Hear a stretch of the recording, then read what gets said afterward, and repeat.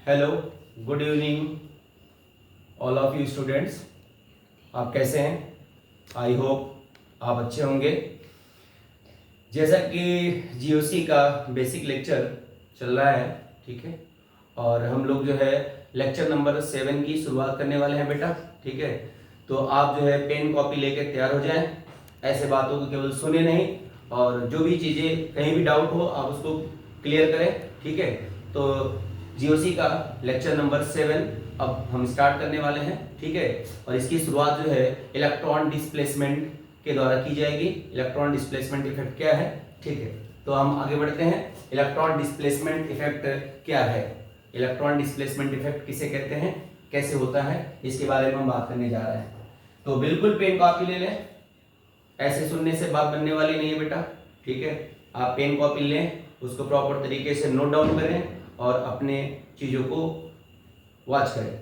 जहाँ कहीं कोई प्रॉब्लम हो आप उसको जो है कमेंट बॉक्स में शेयर करें, हम बिल्कुल आपके साथ खड़े हैं, ठीक है।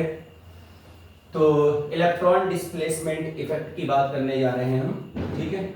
नेक्स्ट अगला टॉपिक है electron displacement effect. Electron displacement effect, electron displacement effect, electron displacement effect, जिसको हम इलेक्ट्रॉन विस्थापन प्रभाव कहते हैं ना। इलेक्ट्रॉन विस्थापन प्रभाव, इलेक्ट्रॉनों का डिस्प्लेसमेंट, ठीक है। इलेक्ट्रॉनों का डिस्प्लेसमेंट कहां कहां पर होता है, किस किस जगह पर होता है, कैसे होता है, इस बातों को हम लोग यहाँ पे चर्चा करेंगे, ठीक है ना। तो इलेक्ट्रॉन डिस्प्लेसमेंट इफेक्ट का जो हिंदी वर्जन है वो इलेक्ट्रॉन विस्थापन प्रभाव, ठीक है। तो इसमें होगा क्या, पहला है इलेक्ट्रॉन डिस्प्लेसमेंट इफेक्ट में पहला जो है वो सबसे पहला आता है इंडक्टिव इफेक्ट। पहला बेटा जो है वो है inductive effect, inductive effect, inductive effect, ठीक है। पहला है इंडक्टिव इफेक्ट। दूसरा है आपका हाइपर कंजुगेशन, हाइपर कंजुगेशन। सारी बातें क्लियर होंगी, आप टेंशन नहीं लेना है। दूसरा है हाइपर कंजुगेशन, ठीक है। तीसरा है आपका मेसोमेरिक इफेक्ट, मेसोमेरिक इफेक्ट, या इसी को हम लोग रेजोनेंस इफेक्ट कहते हैं। रेजोनेंस इफेक्ट कहा जाता है, मेसोमेरिक इफेक्ट या रेजोनेंस इफेक्ट। और अगला जो है वो है आपका बेटा इलेक्ट्रोमेरिक इफेक्ट, इलेक्ट्रोमेरिक इफेक्ट। तो इलेक्ट्रॉन डिस्प्लेसमेंट इफेक्ट में कितने टाइप्स के, पहला ही क्वेश्चन हो गया यहां से बन सकता है, इलेक्ट्रॉन डिस्प्लेसमेंट इफेक्ट कितने प्रकार के होते हैं, कितने टाइप्स के होते हैं, types of electron displacement effect, ठीक है। तो इलेक्ट्रॉन डिस्प्लेसमेंट इफेक्ट जो होते हैं वो 4 प्रकार के होते हैं। कौन कौन से, इंडक्टिव, हाइपर कंजुगेशन, मेसोमेरिक या रेजोनेंस इफेक्ट, और आखिरी में है आपका इलेक्ट्रोमेरिक इफेक्ट। इंडक्टिव इफेक्ट को हिंदी में प्रेरणिक प्रभाव बोलते हैं, ठीक है। थोड़ा हिंदी मीडियम वाले बच्चे था, इसको बोलते हैं प्रेरणिक प्रभाव। दूसरा है हाइपर कंजुगेशन को बोलते हैं अति संयुग्मन। बेटा मैंने आपको बोला था इंग्लिश पे आप थोड़ा ध्यान रखेंगे, क्योंकि ज्यादातर हम लोग इंग्लिश में ही काम करते हैं, ठीक है। मेसोमेरिक को इंग्लिश हिंदी में भी मेसोमेरिक ही बोलेंगे, मेसोमेरिक प्रभाव, या रेजोनेंस को बोलेंगे अनुनाद प्रभाव। इफेक्ट को प्रभाव कहते हैं, रेजोनेंस को अनुनाद प्रभाव, ठीक है। और ये आपका हो गया मेसोमेरिक को मेसोमेरिक प्रभाव बोलेंगे, ठीक। इलेक्ट्रोमेरिक को इलेक्ट्रोमेरिक प्रभाव बोलेंगे। तो इलेक्ट्रॉन डिस्प्लेसमेंट इफेक्ट कितने प्रकार के होते हैं, तो आपका आंसर होना चाहिए इलेक्ट्रॉन डिस्प्लेसमेंट इफेक्ट जो होते हैं ये 4 प्रकार के होते हैं। Electron displacement effect is a 4 types, मतलब it is a 4 types. Electron displacement effect कितने प्रकार के होते हैं, तो आपका आंसर होना चाहिए ये 4 प्रकार के होते हैं, ठीक है। अब इसमें सबसे पहला हम लोग बात करेंगे। अब इसमें एक इंपॉर्टेंट बात और है बेटा, कि इसमें से जो है ना, ये तो 4 प्रकार के होते हैं, इसमें से जो है ना एबव 3, जो ऊपर के 3 है ना, ऊपर के 3 जो है ये परमानेंट इफेक्ट है, ऊपर के 3 above 3 are permanent, above 3 are, note में आप लिख सकते हैं above 3 are permanent effect, are permanent effect, permanent effect. above 3 का मतलब that is 1 2 and 3. ये जो ऊपर के 3 हैं, ये जो ऊपर के 3 हैं, ये आपके परमानेंट इफेक्ट है. ये जो ऊपर के 3 हैं, ये परमानेंट इफेक्ट है. ठीक है. और ये जो आखिरी वाला है, चौथा वाला है, फोर्थ जो है वो टेम्परेरी है. जो फोर्थ वाला है ये टेम्परेरी इफेक्ट है.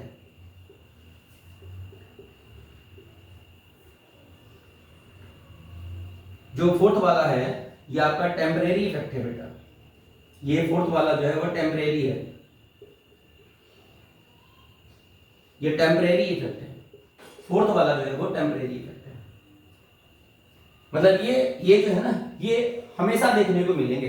Inductive effect, hyper conjugation, mesomeric effect, ये हर जगह देखने को मिलते हैं आपको. ये कहीं पर होगा और कहीं पर नहीं होगा. ये इफेक्ट जो होता है कहीं भी दिखाई पड़ता है, कहीं भी दिखाई नहीं पड़ता है. तो आपको ये बात ध्यान रखनी है. तो यहाँ से दो बेसिक क्वेश्चन बन गए. पहले तो इलेक्ट्रॉन डिस्प्लेसमेंट इफेक्ट कितने प्रकार के होते हैं? तो ये इलेक्ट्रॉन डिस्प्लेसमेंट इफेक्ट 4 प्रकार के होते हैं. ठीक है. इसमें से जो ऊपर के 3 हैं, above 3 1 2 3, ये परमानेंट इफेक्ट है. above 3 are permanent effect, that is 1 2 and 3, ये परमानेंट इफेक्ट है. और जो फोर्थ नंबर है ये आपका टेम्परेरी इफेक्ट है. ये टेम्परेरी इफेक्ट है. ठीक है. परमानेंट का मतलब बस जो हमेशा हो, दिखाई पड़े.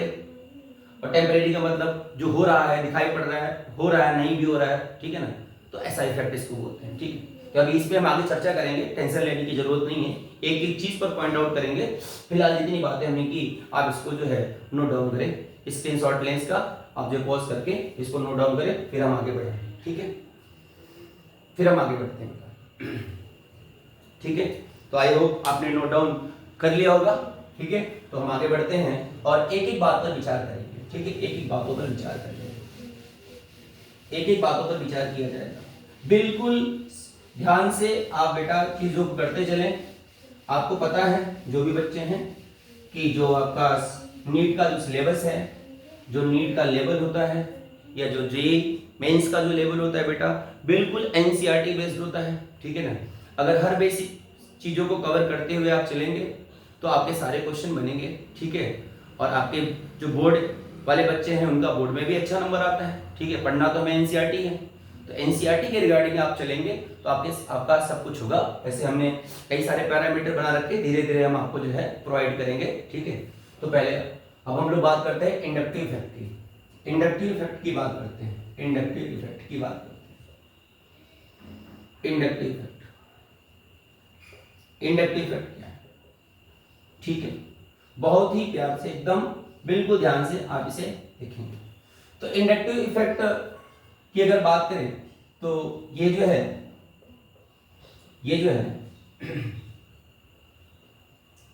पहले तो पहला कंडीशन तो ये हो गया कि it is a permanent effect.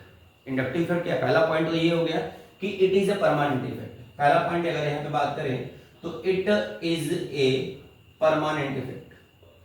It is a permanent effect. Permanent effect, it is a permanent effect. बहुत ही बेसिक तरीके से बात को ध्यान रखना है. मतलब रटना नहीं बेटा, बहुत उथल पुथल चल रहा है. ठीक है ना. चीजों को अलग अलग तरीके से आपके सामने प्रस्तुत किया जाता है, बताया जाता है. ठीक है. तो आप इसको बिल्कुल ध्यान से देखें, कैसे हर बात पे पॉइंट आउट करते हुए चलिए. ठीक है. तो पहला पॉइंट हो गया कि it is a permanent effect. पहली कंडीशन तो ये हो गई. दूसरा कंडीशन ये है कि it is a property of single bond. It is a property of single bond. ये सिंगल बॉन्ड की प्रॉपर्टी है. मतलब ये सिंगल बॉन्ड में देखने को मिलेगा. जब मतलब इंडक्टिव इफेक्ट की हम बात करते हैं वो सिंगल बॉन्ड में देखी जाती है. डबल बॉन्ड, ट्रिपल बॉन्ड में इंडक्टिव इफेक्ट को जो जनरेट नहीं किया जाता है. ठीक है ना. यहाँ पे जो पार्शियल डिस्प्लेसमेंट होता है, इलेक्ट्रॉन डिस्प्लेसमेंट दिखाया जाता है, वो सिंगल बॉन्ड के रिगार्डिंग दिखाया जाता है. मतलब सिंगल बॉन्ड के रिस्पेक्ट में दिखाया जाता है इलेक्ट्रॉनों का डिस्प्लेसमेंट. ठीक है ना. डबल बॉन्ड और ट्रिपल बॉन्ड के रिस्पेक्ट में बात नहीं होती है. तो हम इसको ये बोल सकते हैं कि it is a property of single bond या आर सिंगल बॉन्ड या अथवा सिग्मा बॉन्ड, सिग्मा बॉन्ड भी बोल सकते हैं, या हम बोल सकते हैं सैचुरेटेड बॉन्ड, सैचुरेटेड बॉन्ड। ठीक है, मेरी बात को ध्यान से सुनना, सब समझ में आएगी बात। हर तरह के बच्चों को समझ में आएगी, कोई बात नहीं ना। अब बिल्कुल ये मान के चलें कि बिल्कुल बेसिक बात हो रही है। It is a permanent effect, पहला पॉइंट तो ये हो गया, ये परमानेंट इफेक्ट है। ठीक है, it is a property of single bond, ये सिंगल बॉन्ड के मध्य दर्शाई जाती है, ये एकल बंध में दर्शाई जाती है। मतलब अगर हम इंडक्टिव इफेक्ट की बात करेंगे, अगर ऐसा कोई फिगर हमारे सामने आता है तो हम ये सबसे पहले देखेंगे कि कहां पर, कौन से कंपाउंड में, किस फिगर में सिंगल बॉन्ड की चर्चा की गई है। ठीक है ना, वहां पे हम लोग जो है इंडक्टिव इफेक्ट की बात करते हैं। और सिंगल बॉन्ड का मतलब, सिंगल बॉन्ड का दूसरा नाम ही हो गया सिग्मा बॉन्ड। सिग्मा बॉन्ड का मतलब क्या होता है, सिंगल बॉन्ड को ही सिग्मा बॉन्ड बोलते हैं। इसी का दूसरा नाम हो गया सैचुरेटेड बॉन्ड। सैचुरेटेड का मतलब सिंगल बॉन्ड, संतृप्त हाइड्रोकार्बन जिसको बोलते हैं संतृप्त, और अनसैचुरेटेड में आते हैं डबल और ट्रिपल बॉन्ड। ठीक है, तो ये जो कुल मिला जुला के बात एक ही, बस कहने का सेंस अलग अलग है। ठीक है, तरीका अलग अलग है। तो ये दो पॉइंट क्लियर हो गया। अब होता क्या है इसमें एक पैरामीटर है, प्रैक्टिकली ऑब्जर्वेशन है। ठीक है, वो करके देखा गया, कैसे क्या देखा गया वो हम लोग देखते हैं। जैसे मान लो, सपोज करो कि मेरे पास एक सैचुरेटेड हाइड्रोकार्बन की चेन है और यहाँ पर मैंने कोई एटम एक्स ले रखा है, एक कार्बन की चेन है। ध्यान से, बिल्कुल ध्यान से समझिएगा ना। रफली इसको बता दिया जाता है बेटा, इसको रफली बता दिया जाता है, इसको आप फील करिएगा ना। जो पार्शियल डिस्प्लेसमेंट हो रहा है यहाँ पे, ये कैसे हो रहा है, यहाँ पे कंप्लीट ट्रांसफॉर्मेशन नहीं होता है, यहाँ पे जो इलेक्ट्रॉनों का डिस्प्लेसमेंट होता है वो partial displacement of electron, electron partially displace होते हैं। मतलब इलेक्ट्रॉनों का जो विस्थापन होता है वो आंशिक रूप से होता है, पार्शियल डिस्प्लेसमेंट ऑफ इलेक्ट्रॉन। ठीक है, तो मान लो कि हमने क्या किया, एक सैचुरेटेड कार्बन की चेन ली और यहाँ पर कोई एक्स एटम है। ठीक है, और यहाँ पर हमने मेंशन कर दिया कि x is more electronegative, x is more electronegative, x is more electronegative than C। यहां पर मैंने ये कंडीशन रख दी है, शर्त रख दी कि जो x की इलेक्ट्रोनेगेटिविटी है, x की जो विद्युत ऋणता है, इलेक्ट्रोनेगेटिविटी का मतलब होता है विद्युत ऋणता, x की जो विद्युत ऋणता है वो C से ज्यादा है। तो C से ज्यादा, जिसका मतलब क्या हुआ कि C जो x है वो C के इलेक्ट्रॉन को अपनी तरफ खींचेगा, क्योंकि x की इलेक्ट्रोनेगेटिविटी ज्यादा है। तो ऑब्वियसली इस बॉन्ड के अंदर जो शिफ्टेड इलेक्ट्रॉन होंगे वो किधर जाएंगे, x की तरफ जाएंगे। तो x पर जो है पार्शियल नेगेटिव आएगा और यहाँ पे del 1 पॉजिटिव आ जाएगा। ठीक है, पार्शियल यहाँ पे del 1 पॉजिटिव आएगा, फर्स्ट कार्बन है तो पॉजिटिव, मतलब del 1 ले लिया मैंने पार्शियल, क्योंकि पार्शियल डिस्प्लेसमेंट हो रहा है तो del 1 पॉजिटिव लिया, ये नेगेटिव हो गया। मेरी बात को ध्यान समझिएगा ना।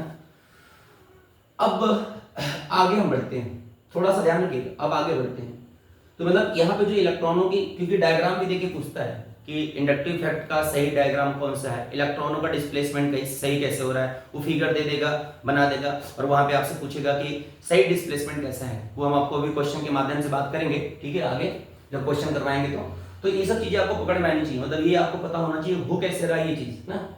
तो यहाँ पर तो मैंने देखा कि भैया यहाँ पे ये जो शिफ्टेड इलेक्ट्रॉन है ये टूवर्ड्स हैलोजन की तरफ जाएंगे।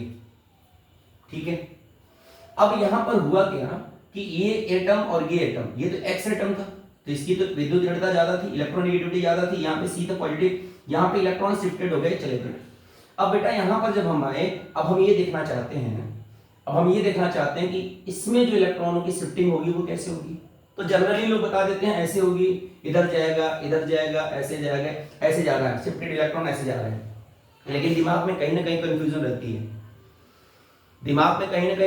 रहती है, क्योंकि बात यहाँ पर ये है कि ये तो एटम डिफरेंट थे, यहाँ पे इलेक्ट्रोनेगेटिविटी का डिफरेंस था, ये x था, ये c था, यहाँ पर एटम की इलेक्ट्रोनेगेटिविटी में डिफरेंस था, तो यहाँ पे तो पार्शियल नेगेटिव है, यहाँ पे पार्शियल पॉजिटिव आपने लिख दिया। लेकिन आप मुझे ये बताएं यहाँ पर, अब यहाँ पर अगर मैं बात करूं इस C और इस C में बात करूं तो ये C और ये C ये दोनों तो आइडेंटिकल एटम है, ये दोनों एटम तो आइडेंटिकल है, एक जैसे हैं। मेरी बात समझ में आ रही है, मैं क्या कहना चाह रहा हूं, एटम तो आइडेंटिकल है, बस फर्क इतना है कि एक C पर पॉजिटिव है, एक सी पर पॉजिटिव लगा हुआ है, मान लो यहाँ पे del 1 पॉजिटिव है और ये न्यूट्रल है यहाँ पर।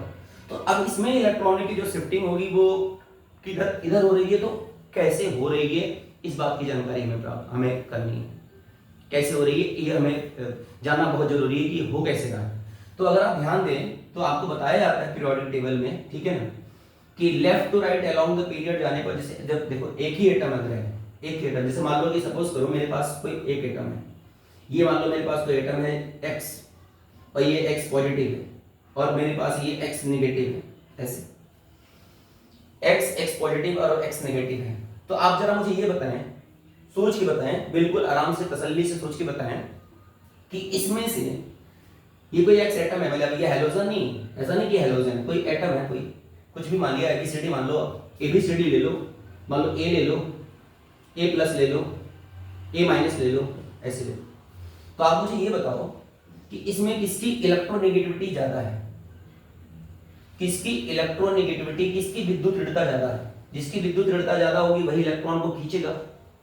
तो अगर आप ध्यान से देखें बेटा, अगर आप ध्यान से देखें तो आपको बात समझ में आएगी। जैसे मान लो कि ये एटम था, तो हर एटम की अपनी एक एटॉमिक रेडियाई होती है, परमाणु त्रिज्या होती है, एटॉमिक रेडियाई होती है। मान लिया, सपोज कर लिया कि ये जो ए एटम था, ये जो ए एटम है, इसकी रेडियाई मान लिया मैंने ये है, मान लिया, सपोज किया कि इस ए एटम की एटॉमिक रेडियाई ये है। तो जब ये ए वाला ए पॉजिटिव में गया होगा, जब ए वाला ए पॉजिटिव में गया होगा, तो आप सोचो क्या हुआ होगा। ए वाला ए पॉजिटिव में जा रहा है, तो ए वाला ए पॉजिटिव में जा रहा है, तो इसका मतलब उसके पास से इलेक्ट्रॉन की कमी हो रही है, उसके आउटर मोस्ट शेल से इलेक्ट्रॉन निकल रहा है, और आउटर मोस्ट शेल से इलेक्ट्रॉन निकलेगा तो उसकी एटॉमिक रेडियाई पहले की अपेक्षा क्या होगी, कम होगी या ज्यादा, कम होगी। सीधी सीधी बात है, ये जो A प्लस है इसकी एटॉमिक रेडियाई स्लाइटली डिक्रीज करेगी, थोड़ी सी डिक्रीज करेगी, लेकिन करेगी क्यों, क्योंकि इसकी आउटर मोस्ट से इलेक्ट्रॉन निकल चुका है, एक इलेक्ट्रॉन निकल चुका है बाहरी आउटर मोस्ट शेल से, तो इसकी रेडियाई डिक्रीज कर गई। ठीक है मैं आपको इसलिए बता रहा हूं कि यहां पर आइडेंटिकल एटम आ रहे हैं, लोग जनरली बता देते हैं ऐसे, बेटा ये पार्शियल यहाँ पे del 1 है, यहाँ पे del 2, यहाँ पे del 3, यहाँ पे del 4 है, बच्चा कंफ्यूज रहता है कि ये हो कैसे रहा है ना। लेकिन आप थोड़ा ध्यान रखें, तो ये A पॉजिटिव है, तो इसकी रेडियाई जो है A पॉजिटिव की जो एटॉमिक रेडियाई है वो A से जो है वो तो छोटी होगी, ये बिल्कुल डाउट वाली बात नहीं है। अब यदि अगर A वाले को हम A माइनस में कन्वर्ट करें, पहले A की रेडियाई थी ये, अब ये A वाला क्या किया, इलेक्ट्रॉन को गेन किया। जब इलेक्ट्रॉन को गेन करेगा तो इसके क्या होगा, बैलेंस सेल में इलेक्ट्रॉन ऐड होंगे, आउटर मोस्ट सेल में इलेक्ट्रॉन ऐड होंगे, तो ऐड होंगे तो नंबर ऑफ सेल्स क्या करेंगे, बढ़ेंगे, नंबर ऑफ सेल्स बढ़ेंगे। जब इलेक्ट्रॉन गेन होती है तो क्या होते हैं, स्लाइटली रेडियाई बढ़ती है, लेकिन बढ़ती है, डाउन द ग्रुप जाने पर बढ़ती है, ठीक है, बढ़ेंगे, ठीक है। तो कहने का तात्पर्य ये हुआ कि ये जो A नेगेटिव है इसकी रेडियाई और बढ़ जाएगी। इस A नेगेटिव, मतलब मैं जितना समझ पा रहा हूं उतना मैं आपको बता रहा हूं, आप इसको फील करिएगा ना। A नेगेटिव की जो रेडियाई है वो ऐसे पहले की अपेक्षा बढ़ जाएगी, तो जब बढ़ जाएगी तो ये चीज अब यहां से आप सोचो कि सर ये इससे क्या निष्कर्ष निकल रहा है। इससे निष्कर्ष ये निकल रहा है बेटा कि हमें ये बताया जाता है कि जब हम लेफ्ट टू राइट बाएं से दाएं अलोंग द पीरियड जाते हैं, तो एटम की जो है एटॉमिक रेडियाई डिक्रीज करती है। अलोंग द पीरियड जाने पर एटम की एटॉमिक रेडियाई जो होती है वो डिक्रीज करती है, रेडियाई डिक्रीज करती है। जब एटॉमिक रेडियाई डिक्रीज करती है तो हमने ये देखा कि उसकी इलेक्ट्रोनेगेटिविटी इंक्रीज करती है, उसकी इलेक्ट्रोनेगेटिविटी बढ़ती है। कैसे बढ़ती है, अब जैसे आप देख लो, मान लो ये बोरान फैमिली है, ये कार्बन फैमिली है, ये नाइट्रोजन फैमिली है, ये ऑक्सीजन फैमिली है, ये हेलोजन फैमिली है। लेफ्ट टू राइट जा रहे हैं, लेफ्ट टू राइट जाते हैं तो हम देखते हैं कि बोरान की साइज बड़ी होती है, कार्बन की उसकी छोटी, नाइट्रोजन की उससे छोटी, ऑक्सीजन की उससे छोटी, फ्लोरीन की और भी छोटी हो जाती है। तो यहां से ये निष्कर्ष निकल रहा है कि अगर रेडियाई डिक्रीज कर रही है, एटम की रेडियाई डिक्रीज कर रही है, तो उसकी इलेक्ट्रोनेगेटिविटी बढ़ रही है, मेरी बात समझ में आ रही है। तो यहां से अब ये बात बिल्कुल क्लियर हो चुका है कि ये जो कार्बन पे पॉजिटिव चार्ज था और यहां पर जो न्यूट्रल चार्ज है, तो पॉजिटिव और न्यूट्रल में किसकी इलेक्ट्रोनेगेटिविटी ज्यादा होगी? पॉजिटिव वाले की। यानी कि ये पॉजिटिव वाला इससे इलेक्ट्रॉन अपनी तरफ खींचेगा, क्योंकि ये इलेक्ट्रोनेगेटिव है तो खींचेगा, तो जो शिफ्टेड इलेक्ट्रॉन होंगे वो इस तरफ जाएंगे, उनका जो डायरेक्शन होगा वो इस तरफ होगा। तो ये हो गया del 1 del 2 पॉजिटिव। ठीक इसी प्रकार से यहां वही की शर्त लगेगी, ये पॉजिटिव ये न्यूट्रल, तो यहां पे ये del 3 पॉजिटिव, ठीक है, फिर ये पॉजिटिव ये न्यूट्रल ये del 4 पॉजिटिव, ऐसे ये चलता जाएगा, ठीक है, ये चलता जाएगा। मेरी बात समझ में आ रही है मैं क्या कह रहा हूं? न्यूट्रल एटम की तुलना में न्यूट्रल अगर आइडेंटिकल एटम है, यदि आइडेंटिकल एटम है, यदि सेम परमाणु है और पॉजिटिव चार्ज उस एक एटम पे पॉजिटिव चार्ज लगा हुआ है, दूसरे एटम पे नेगेटिव चार्ज लगा हुआ है और एक एटम वो न्यूट्रल है, तो आप ये ध्यान रखिएगा पॉजिटिव वाले की जो इलेक्ट्रोनेगेटिविटी है वो सबसे ज्यादा है, क्योंकि वो इलेक्ट्रॉन डिफिशिएंट हो गया है, उसके पास इलेक्ट्रॉन की कमी हो गई है, इलेक्ट्रॉन उसके निकल चुके हैं, तो वो इलेक्ट्रॉन चाहिए उसको, तो इलेक्ट्रॉन लेना चाहेगा, खींचना चाहेगा किसी से, बात समझ आ रही है ना, वो इलेक्ट्रॉन खींचना चाहेगा। नेगेटिव वाला तो ऐसे ही उसके पास लोन पेयर बैठा है, जो नेगेटिव वाला है एटम है उसके पास तो पहले से इलेक्ट्रॉन है, लोन पेयर है उसके पास, उसका तो उसे तो इलेक्ट्रॉन की कमी नहीं है, तो वो क्यों लेगा? तो सबसे ज्यादा जो इलेक्ट्रोनेगेटिविटी होती है बेटा वो होती है पॉजिटिव चार्ज की, उसके बाद आता है न्यूट्रल एटम, उसके बाद आता है नेगेटिव चार्ज, अगर एटम आइडेंटिकल है तो। और यही केस यहां पर लग रहा था, यही केस यहां पर लग रहा था, तो मैं आपको ये बताना चाह रहा था। अब एक बात मेरी आप ये सुन लो कि ऑन एक्सपेरिमेंटली, ये अगर अब इसको लिखना चाहें तो हम इसको क्या लिख सकते हैं? del 1 पॉजिटिव, ठीक है ना, is greater than del 2 positive is greater than del 3 positive is greater than del 4 positive, ठीक है। एक मेरी बात ध्यान से सुनना, ठीक है, ध्यान से सुनना। ये और एक चीज और भी आपसे बात हो सकती है कि जिस रेशियो से यहां पर इलेक्ट्रॉन शिफ्टेड हो रहे थे, जिस रेशियो से यहां पर इलेक्ट्रॉन C और X के बीच में जो इलेक्ट्रॉनों की शिफ्टिंग थी, क्या उसी रेशियो से इस और C में होगी? तो आपका आंसर होना चाहिए नहीं सर, नहीं होगी। क्यों? क्योंकि यहां पर ये जो दो एटम है वो बिल्कुल डिफरेंट है, यहाँ पे इलेक्ट्रोनेगेटिविटी का ज्यादा डिफरेंस है, यहाँ पे ये X है, यहाँ पे ये C है, यहाँ पे मैंने कंडीशन लगा रखी, तो यहाँ पर जो इलेक्ट्रॉनिक की जो शिफ्टिंग है वो ज्यादा है, वो रेशियो यहाँ पर नहीं होगा, वो रेशियो यहाँ पे नहीं होगा, ये यहाँ पे वो उसका जो रेशियो कम हो जाएगा, ठीक है ना, क्योंकि यहाँ पर एटम आइडेंटिकल हो चुके हैं, तो उस रेशियो से इलेक्ट्रॉन शिफ्ट नहीं करेंगे, शिफ्टिंग तो होगी लेकिन उस रेशियो से नहीं होगी, उस तरीके से नहीं होगी, ठीक है ना, जिस तरीके से यहाँ पे C और X के बीच में हो रहा है, तो उस तरीके से यहाँ पर नहीं होगा। तो जितनी बेसिक बात आपको क्लियर रहेगा, आपका फंडामेंटल क्लियर रहेगा, तभी बात बन पाएगी, ठीक है। अब ये एक्सपेरिमेंटली देखा गया, ये आपको इसको सोचना नहीं, ये एक्सपेरिमेंटली देखा गया कि आफ्टर थर्ड कार्बन के बाद, प्रैक्टिकली प्रायोगिक रूप से देखा गया, ये प्रैक्टिकली करके देखा गया कि आफ्टर थर्ड कार्बन के बाद इंडक्टिव इफेक्ट का प्रभाव जीरो हो जाता है, खत्म हो जाता है। मतलब 3 कार्बन के बाद जो चौथा नंबर का कार्बन है, इसकी वैल्यू अप्रॉक्स क्या हो जाती है? जीरो हो जाती है। तो अगर हम इसको लिखना चाहें तो हम ये लिख सकते हैं अपने सेंस में कि del 1 positive is greater than del 2 positive is greater than del 3 positive is greater than del 4 positive, approx इसकी वैल्यू कितनी हो जाती है? जीरो। एक्सपेरिमेंटली ये देखा गया कि आफ्टर थर्ड कार्बन के बाद इंडक्टिव इफेक्ट का प्रभाव क्या हो जाता है? खत्म हो जाता है। मेरी बात समझ में आ रही है? 3 कार्बन के बाद, आफ्टर थर्ड कार्बन के बाद, मतलब 4th कार्बन पे इसका इफेक्ट क्या हो जाता है? जीरो हो जाता है। तो ये भी कंडीशन, ये भी पॉइंट आपको याद रखना है कि after third carbon inductive effect मतलब value of inductive effect after third carbon will be zero. Value of inductive effect after third carbon will be zero. तो ये कंडीशन भी आपको ध्यान रखनी है कि आफ्टर थर्ड कार्बन के बाद इंडक्टिव इफेक्ट का मान शून्य हो जाता है, जीरो हो जाता है, ठीक है। एक पॉइंट ये हो गया, दूसरा पॉइंट ये था ठीक है, ये मैंने आपको बता ही दिया कंडीशन। ठीक, आफ्टर थर्ड कार्बन के बाद इंडक्टिव इफेक्ट के 3 कार्बन के बाद चौथे कार्बन पे इसका प्रभाव 0 हो जाता है। चौथा कंडीशन, तीसरा कंडीशन ये हो गया। चौथा कंडीशन ये है इंडक्टिव इफेक्ट में, किसमें इलेक्ट्रॉनों का पार्शियल डिस्प्लेसमेंट होता है। Inductive effect partial displacement of electron, इलेक्ट्रॉनों का जो डिस्प्लेसमेंट होता है बेटा वो पार्शियल डिस्प्लेसमेंट होता है, ठीक है ना, कंप्लीट डिस्प्लेसमेंट नहीं, कंप्लीट नहीं होता है, पार्शियल डिस्प्लेसमेंट ऑफ इलेक्ट्रॉन, ठीक है ना, पार्शियल डिस्प्लेसमेंट ऑफ इलेक्ट्रॉन। यहां पर जो इलेक्ट्रॉनों का डिस्प्लेसमेंट होता है वो पार्शियल डिस्प्लेसमेंट होता है। तो आप कंडीशन फोर्थ में ये लिखना कि इन इंडक्टिव इफेक्ट,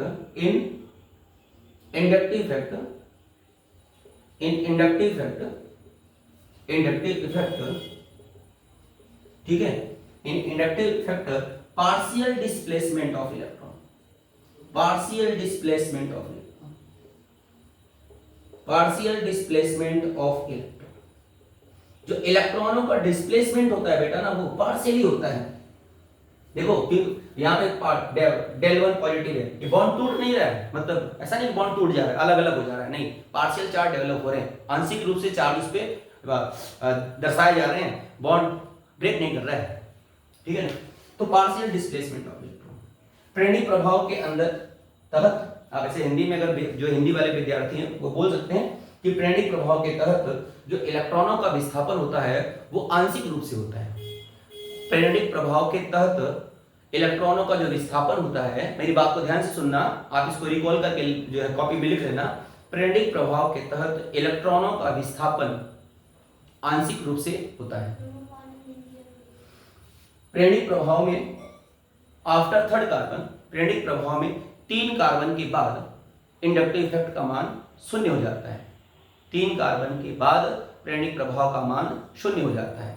प्रायोगिक मतलब ऑन एक्सपेरिमेंटली ऐसे बोल सकते हैं कि प्रायोगिक रूप से ये पाया गया कि 3 कार्बन के बाद प्रेरणिक प्रभाव का मान 0 हो जाता है आफ्टर थर्ड कार्बन, ठीक है, on experimentally after third carbon inductive effect will be 0. It is a permanent effect. Is that clear? तो ये कुछ छोटी छोटी बातें थी इंडक्टिव इफेक्ट पे जो कि मैंने आपको बताई, जितना मैं समझ पाया इसके बारे में, ठीक है, मैंने आपके साथ शेयर किया। आप इसको नोट डाउन करें, पॉज करके आप इसको नोट डाउन करें, फिर हम आगे बढ़ते हैं।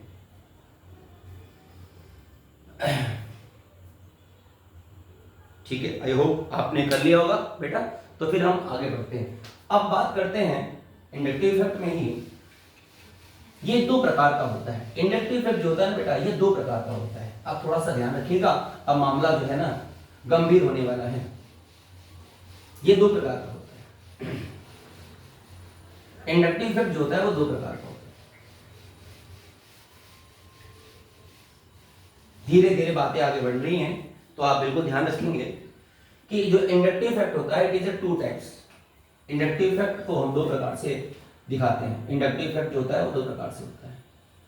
इंडक्टिव इफेक्ट जो है इसको हम जो है 2 टाइप से बात करते हैं, 2 तरीके से देखते हैं।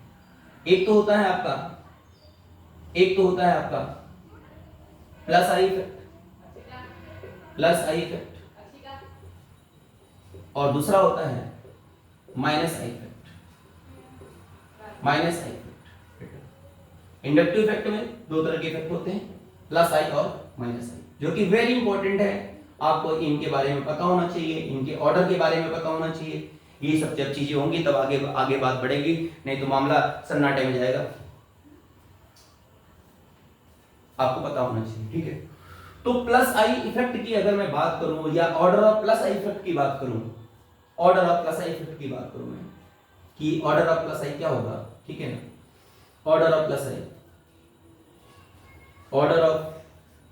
प्लस आई इफेक्ट की अगर मैं बात करूं, order of plus I effect की मैं अगर बात करूं तो क्या होगा इसके बारे में आप जरा मुझे सोच के बताएं। अच्छा, प्लस का मतलब क्या? प्लस कोई चीज प्लस इफेक्ट शो कर रही है, प्लस प्रभाव शो कर रही है, इसका मतलब क्या हो रहा है? इसकी टेंडेंसी देने की है या लेने की? कोई चीज प्लस शो कर रहा है इसका मतलब क्या हुआ? कौन प्लस शो करेगा? जिसके पास इलेक्ट्रॉन ज्यादा होंगे वो प्लस शो करेगा, या जिसके पास इलेक्ट्रॉन की कमी होगी वो प्लस आई को शो करेगा। प्लस का मतलब होता है टेंडेंसी टू लूज इलेक्ट्रॉन, मतलब जिसके पास देने की टेंडेंसी हो वो प्लस होता है, जिसके पास देने की टेंडेंसी हो उसको हम लोग प्लस बोलते हैं। ठीक है, तो देने वाला कौन होगा? अब विचार करें, देने वाला कौन हो सकता है? देने वाला कौन हो सकता है? सोच के बताएं। देने वाला वो होगा जिसके पास इलेक्ट्रॉनों की अधिकता होगी, जिसके पास जो इलेक्ट्रॉन रीच होगा। अब इलेक्ट्रॉन रीच कौन होते हैं? इलेक्ट्रॉन रीच कौन होते हैं? लोन पेयर वाले, नेगेटिव चार्ज वाले, जिनके पास नेगेटिव चार्ज है, जिनके पास लोन पेयर है, वो इलेक्ट्रॉन रीच होते हैं। ध्यान रखना, अभी प्लस है और आप इसमें आ क्या रहा है? माइनस वन ना, तो थोड़ा कंफ्यूजन क्रिएट हो रहा है।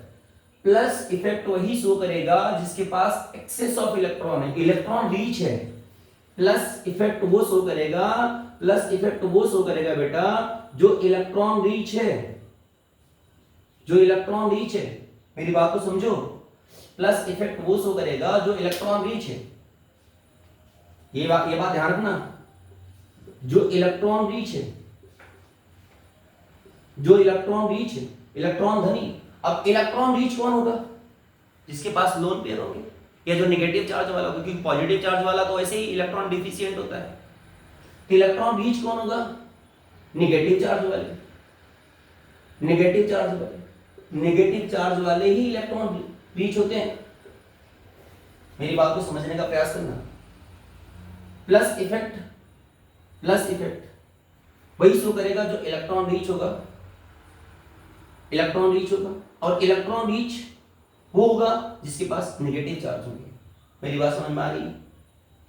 तो अब इसको अगर हमें इसके ऑर्डर की बात करें तो क्या करेंगे, कैसे करेंगे, इसको थोड़ा आपको फील करना है, इसको फील करना है।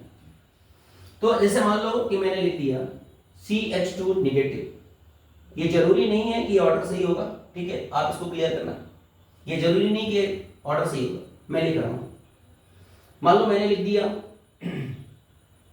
NH नेगेटिव, मैंने लिख दिया O नेगेटिव, मैंने लिख दिया COO नेगेटिव, मैंने लिख दिया CH3 का होल थ्राइस C पॉजिटिव, ये वाला, ठीक है, मतलब टर्सरी, सॉरी टर्सरी।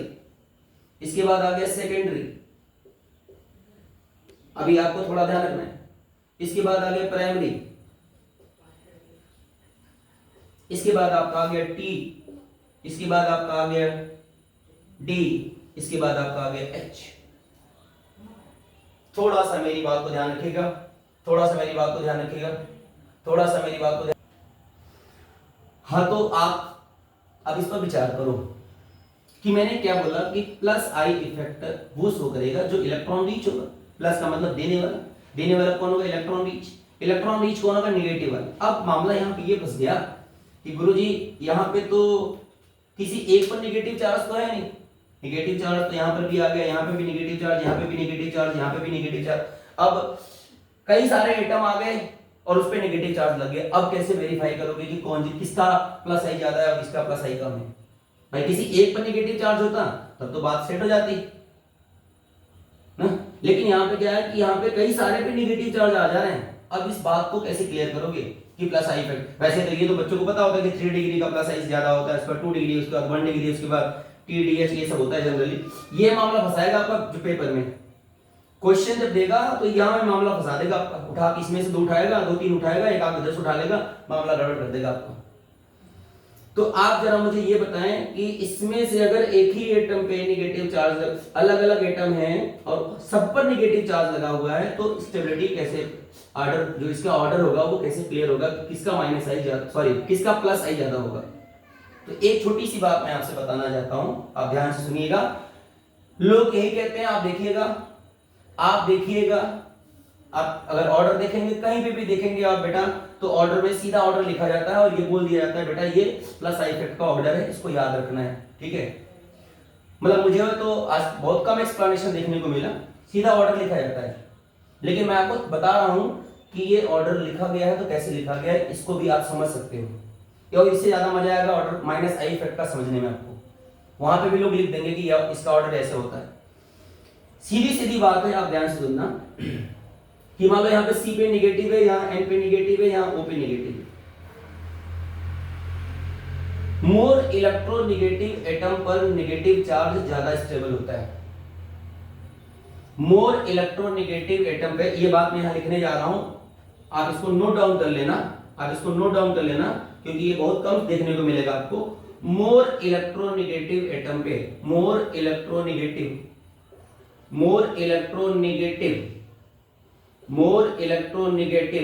एटम पर, आपको जो समझ में आया वही शब्द लिखूंगा, एटम पर नेगेटिव चार्ज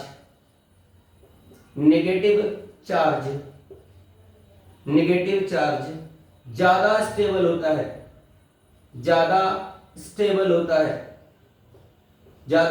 होता है। ये लो ऐसे लिखो जैसे आपको समझ में आए।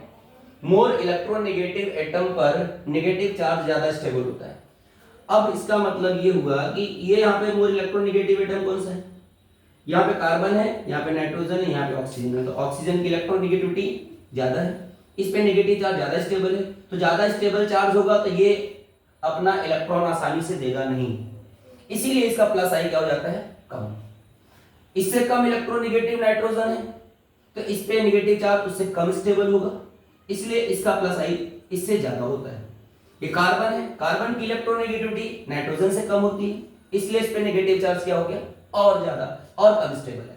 तो कहने का मतलब मेरा ये हो गया कि जितना ज्यादा इलेक्ट्रॉन, देखो ये ऑर्डर मैंने आपके सामने लिख दिया बेटा, अगर आप इसको वेरीफाई करेंगे तो बिल्कुल सही आएगा, एकदम 100% ऑर्डर जाएगा आपके दिमाग में, ठीक है ना। ये बात पिक्चर क्लियर हो गई। तो ये माइनस आई इफेक्ट का करेक्ट ऑर्डर है, आप इसको देख लें। और ये बात बिल्कुल समझ लेना है कि मोर इलेक्ट्रोनेगेटिव एटम पर नेगेटिव चार्ज ज्यादा स्टेबल होता है, और जब नेगेटिव चार्ज ज्यादा स्टेबल हो जाएगा तो फिर वो लोन पेयर को जनरेट नहीं करेगा, जाने नहीं देगा, ठीक है ना। इसलिए इसका प्लस आई कम होता है, इसका उससे ज्यादा होता है, इसका सबसे ज्यादा होता है, ठीक है ना। है सब पे नेगेटिव चार्ज, लेकिन ज्यादा CH2 का है, क्यों, क्योंकि ये लेस इलेक्ट्रोनेगेटिव है। ये मैंने यहाँ पे बात लिख दी है, ठीक है। तो आज के लिए बेटा इतना ही, ठीक है। कल हम लोग जो है माइनस आई इफेक्ट के ऑर्डर के साथ मिलते हैं। धन्यवाद, जय हिंद।